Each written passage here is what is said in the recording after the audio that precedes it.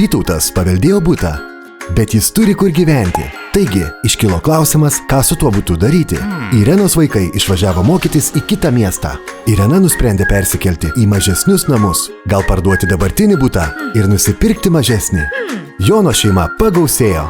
Jonas nusprendė persikelti į erdvesnius namus. Kaip kiti, taip ir Jonas nori parduoti savo butą. Ar esate susidūrę su panašia situacija? Kaip ir mūsų herojai, taip ir jūs tikriausiai nenorite sudėtingų ir stresą keliančių buto pardavimo procedūrų.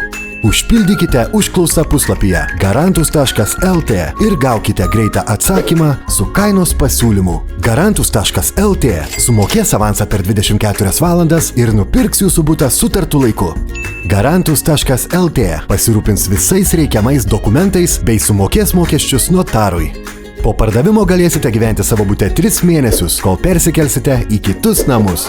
Garantus.lt garantuoja greitą buto pardavimą.